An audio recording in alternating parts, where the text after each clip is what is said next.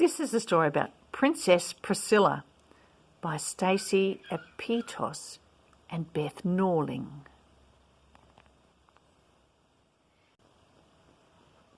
There she is on her skateboard with her fluffy slippers and her stripy pyjamas and her friendly toy frog. The King and Queen were going to a party far away from Sleeping Dragon Castle. "We'll return tomorrow morning," they told Princess Priscilla. "Be good and take care on your skateboard."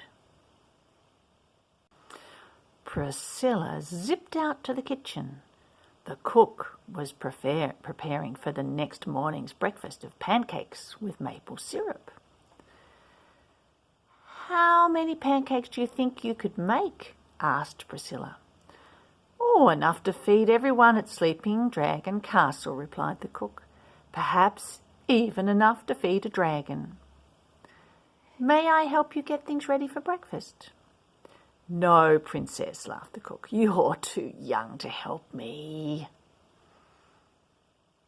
"Humph," said Priscilla, and she whooshed across to the armoury. In the armoury, the knight was sharpening the lance. "How long do you think that lance is?" asked Priscilla. "Long enough to defend the castle," replied the knight. "Perhaps even long enough to stop a dragon." "May I help you sharpen the lance?" "No, Princess," laughed the knight. "You're too little to help me." "Humph, humph," said Priscilla, and she whizzed back through the hall and downstairs to the dungeon. The wizard was mixing a sleeping potion. "How strong is that sleeping potion?" asked Priscilla. "Strong enough to help me drift off," replied the wizard. "Perhaps even strong enough to put a dragon to sleep."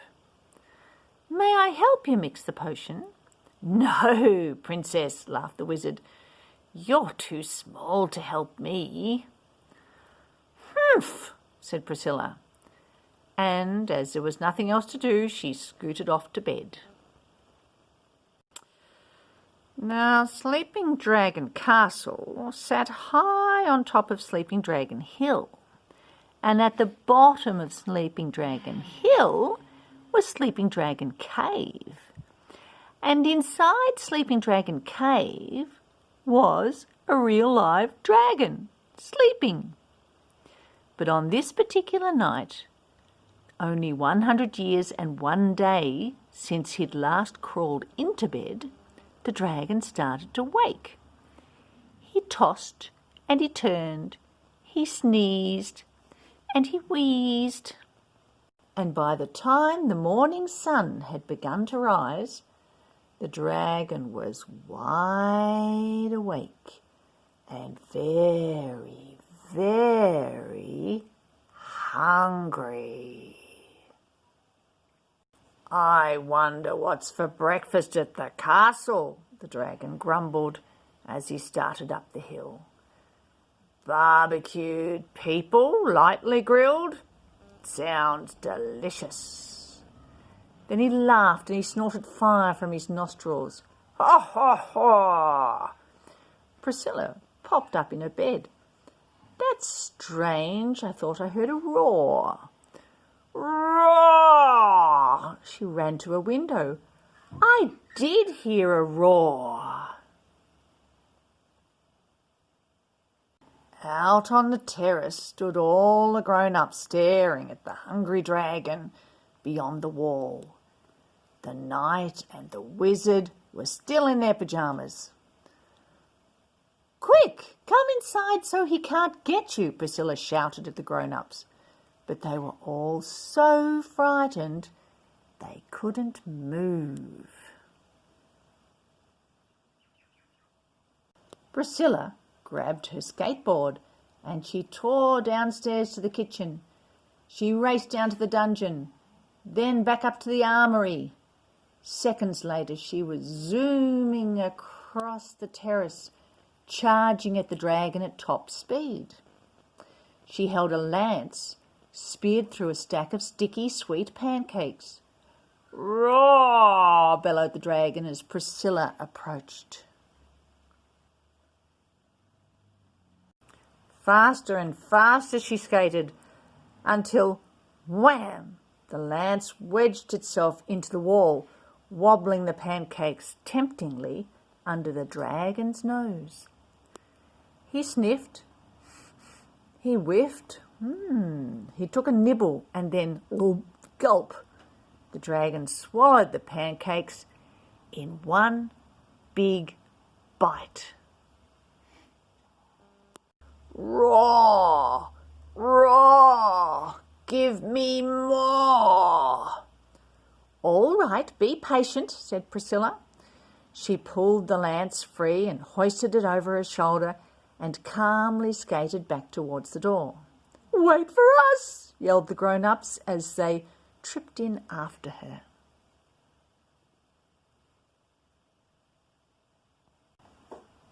"May I help you, Princess?" asked the cook.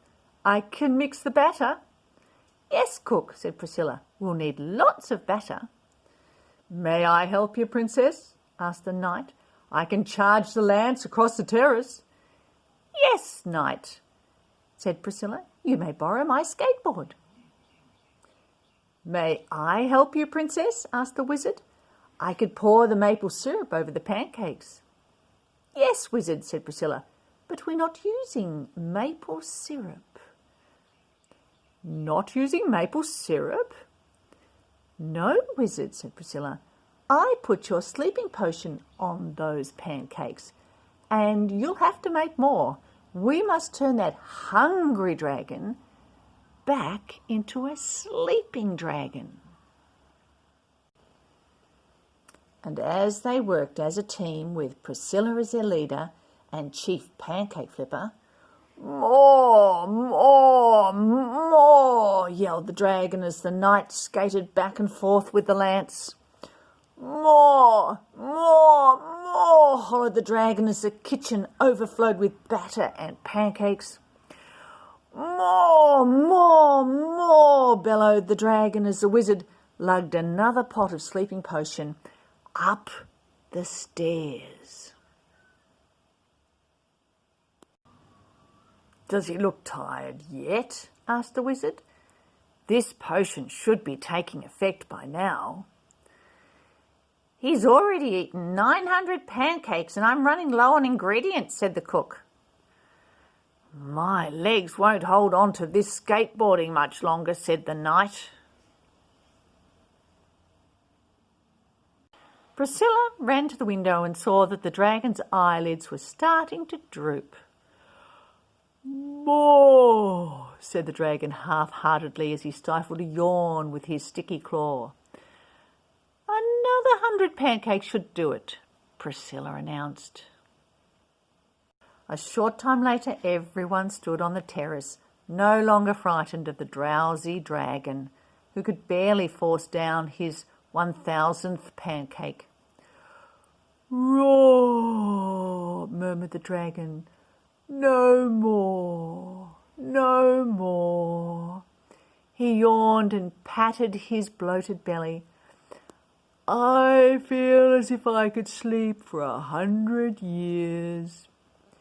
With that, he stumbled back down Sleeping Dragon Hill and into his cave. "Hip, hip, hooray for Princess Priscilla!" shouted the cook and the knight and the wizard.